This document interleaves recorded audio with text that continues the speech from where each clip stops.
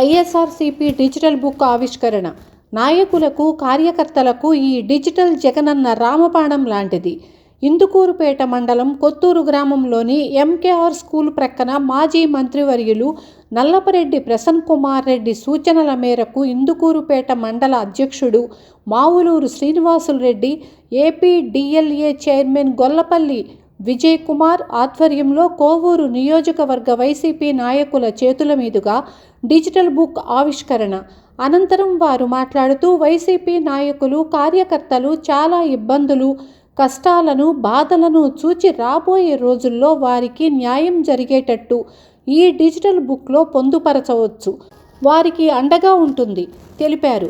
ఈ కార్యక్రమంలో కోవూరు నియోజకవర్గ పరిశీలకులు కొండూరు అనిల్ బాబు, రాష్ట్ర వైసీపీ రైతు విభాగం అధికార ప్రతినిధి ఒట్టిపాటి నరేంద్రరెడ్డి, వైసీపీ జిల్లా ఉపాధ్యక్షులు పచ్చిపాల రాధాకృష్ణారెడ్డి, జిల్లా రైతు విభాగ అధ్యక్షులు శివుని నరసింహారెడ్డి, జిల్లా ప్రధాన కార్యదర్శి రామిరెడ్డి మల్లికార్జున్ రెడ్డి, కోవూరు మండల అధ్యక్షుడు అత్తిపల్లి అనూప్ రెడ్డి, గుణపాటి సురేష్ రెడ్డి, గొల్లపల్లి అవినాష్, బుచ్చి మండల అధ్యక్షుడు సతీష్ రెడ్డి, కోవూరు జెడ్పీటీసీ కవరగిరి శ్రీలత ప్రసాద్ మరియు వైసీపీ నాయకులు, కార్యకర్తలు, కుటుంబ సభ్యులు తదితరులు పాల్గొన్నారు. మనం అధికారం కోల్పోయిన తర్వాత పెద్దలు జగన్మోహన్ రెడ్డి గారు మనకు కావచ్చు, ఎవరికి ఈ రాష్ట్రంలో ఏం జరిగిందో అర్థం కాలేదు. మనం ఎన్నో సంక్షేమ కార్యక్రమాలు అమలు చేసి ప్రతి పేదవాడి కళ్ళలో ఆనందం చూసే దాంట్లో జగన్మోహన్ రెడ్డి గారు అందరి ముఖ్యమంత్రుల కంటే ముందు వరుసలోనే ఉన్నారు.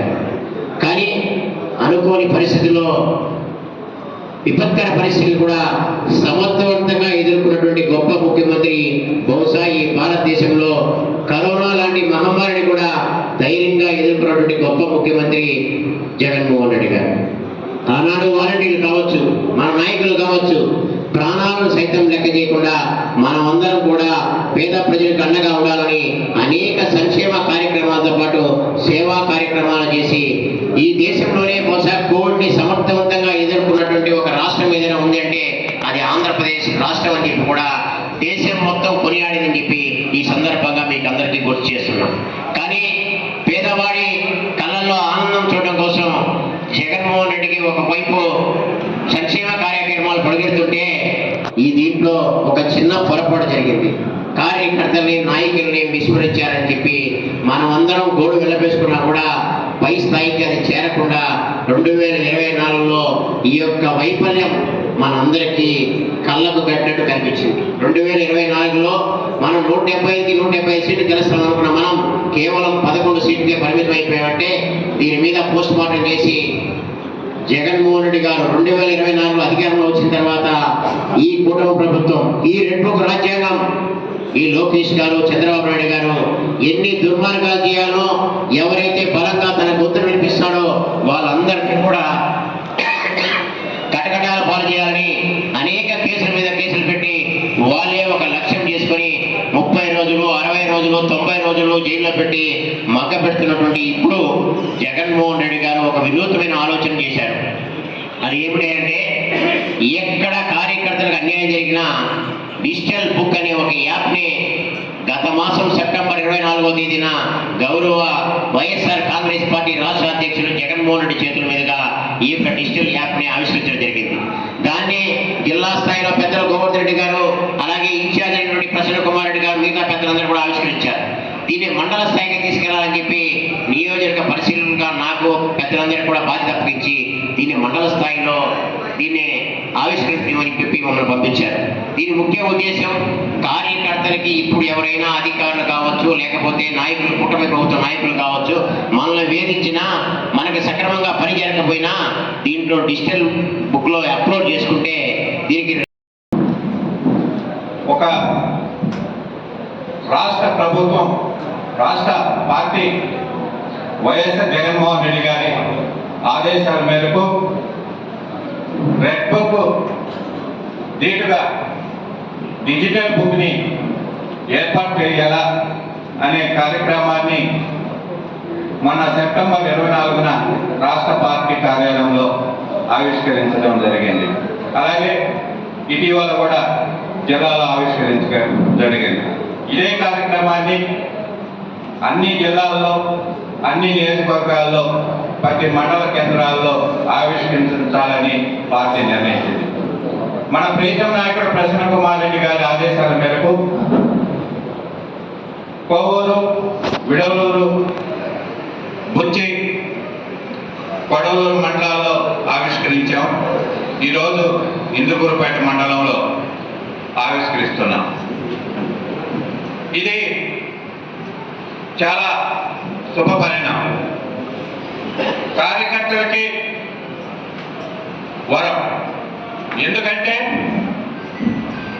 గతంలో కార్యకర్తలు పార్టీ కోసం పనిచేసి 15 ఏళ్ళు కష్టపడ్డారు.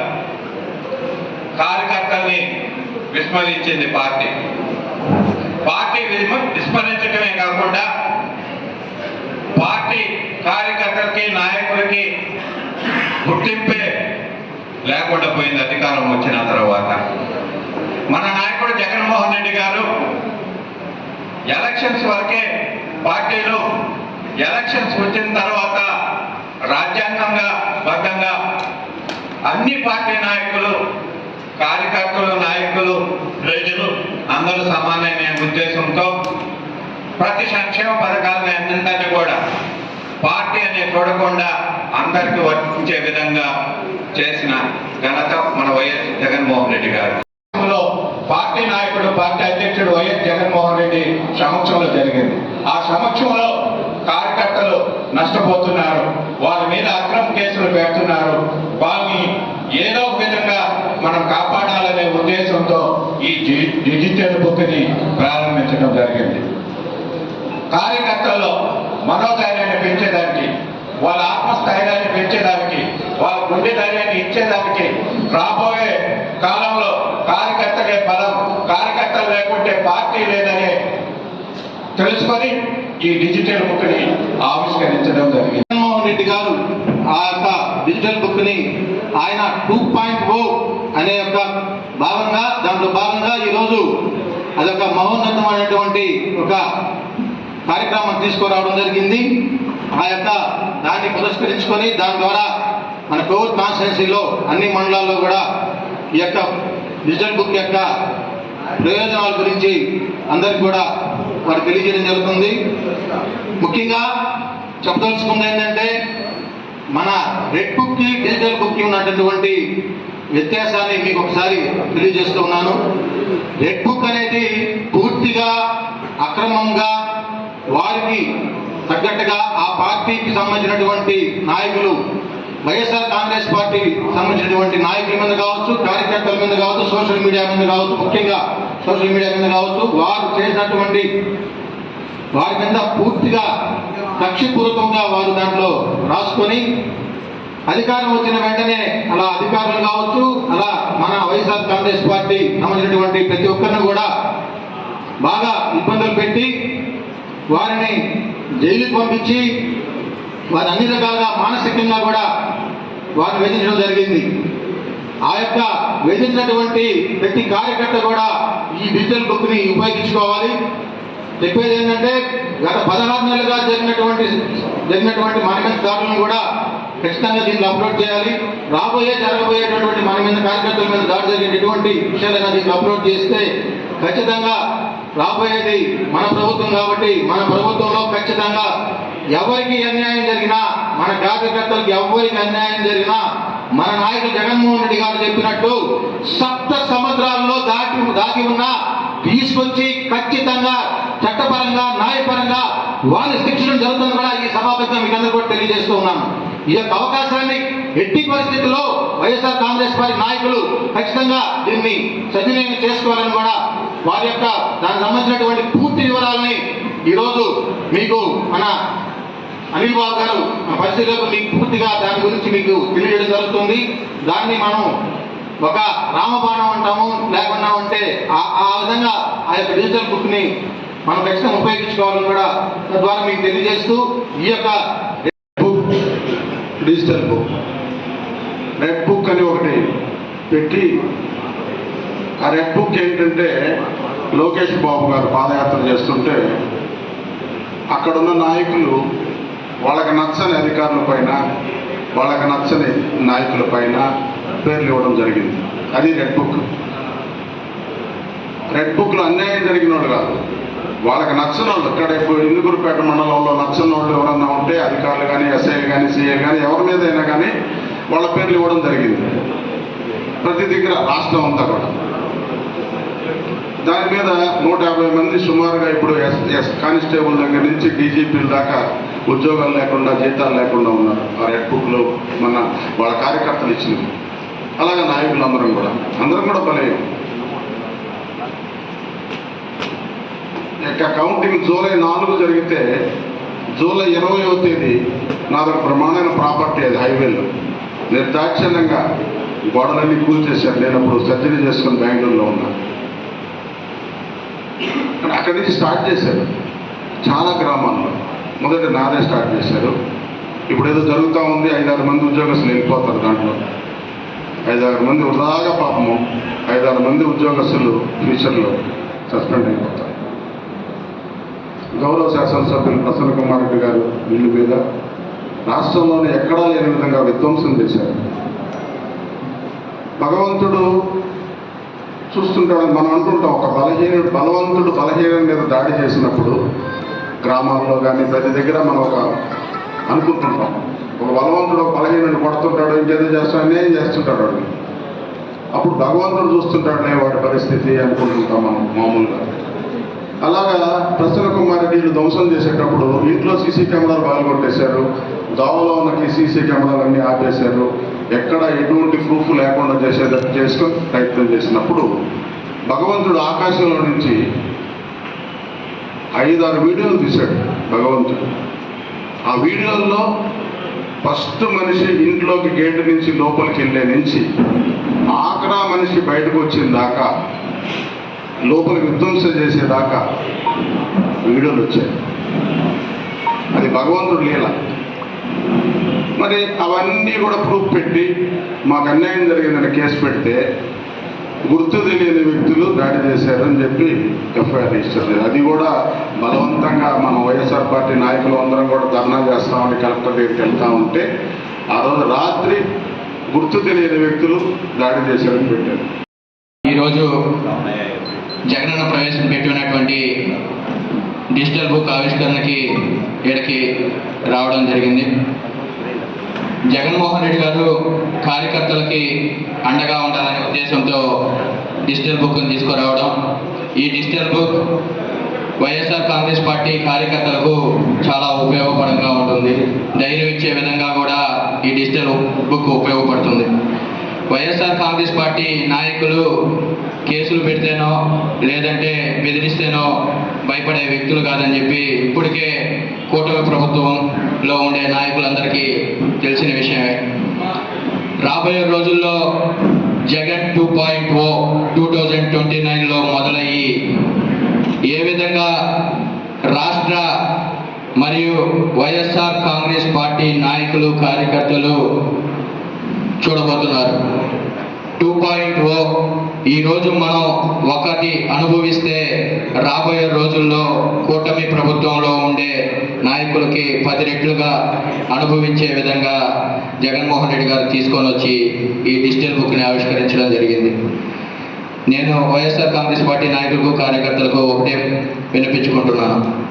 ఈ ఒక్క 3.5 సంవత్సరం ఎన్ని సమస్యలున్నా కలిసికట్టుగా 2029లో ప్రసన్న కుమార్ రెడ్డి గారిని గెలిపించుకునేదానికి సాయశక్తులా వాళ్ళు ఎన్ని కష్టాలు పెట్టినా మనం అందరం కలిసికట్టుగా పనిచేసి ప్రసన్న కుమార్ రెడ్డి గారిని మరియు అదేవిధంగా జగన్మోహన్ రెడ్డి గారిని గెలిపించుకునేదానికి కృషి చేస్తారని చెప్పి తెలియజేస్తున్నాను.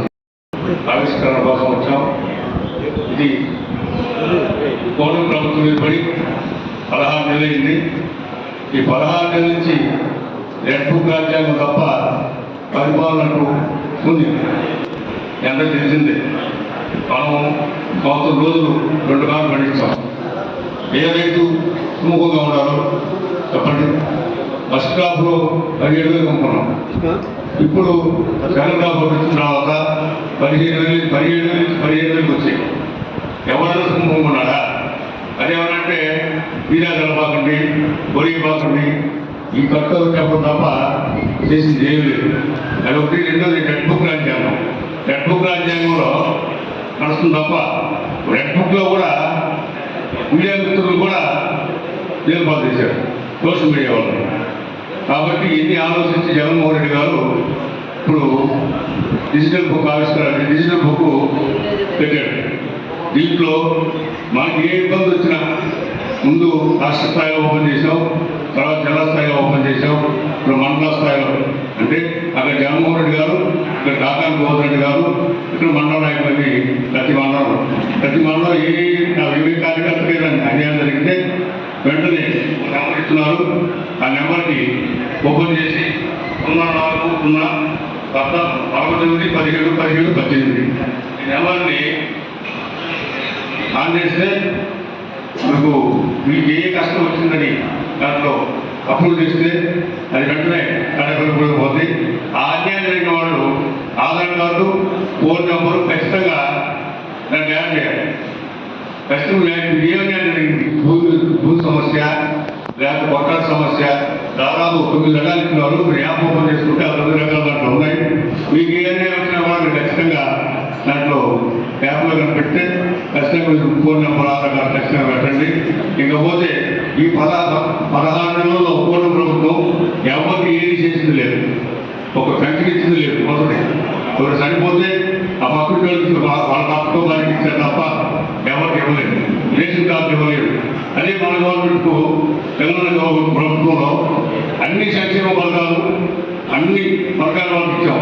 కానీ ఇప్పుడే పరిస్థితి ప్రభుత్వంలో ఆఫీస్ కానీ పోయామనుకో అక్కడ ఖచ్చితంగా ఉండదు. ఏ పార్టీ అని 1-10 సార్లు తిప్పి ఇప్పుడు జరుగుతుంది. ఇవి కూడా మనం దాంట్లో కనపరచవచ్చు మనకి ఇచ్చిన డిజిటల్ బుక్లో. కాబట్టి ఎన్ని దృష్టిలో పెట్టుకొని రాబోయే రోజుల్లో మనందరం కూడా కలిసికట్టుగా పనిచేసి మనం ఖచ్చితంగా 22లో జగన్మోహన్ సీఎం అవుతారు. మన ఎమ్మెల్యే గారిని తీసుకొని మనం ప్రభుత్వం ఏర్పాటు చేసుకుంటామని అందరూ కూడా కష్టపడి ఇప్పటి నుంచే మనోధైర్యంతో అందరూ ముందు సాగాలని కోరుకుంటూ అవకాశం ఇచ్చిన మన శ్రీనివాసరెడ్డి గారికి ధన్యవాదాలు.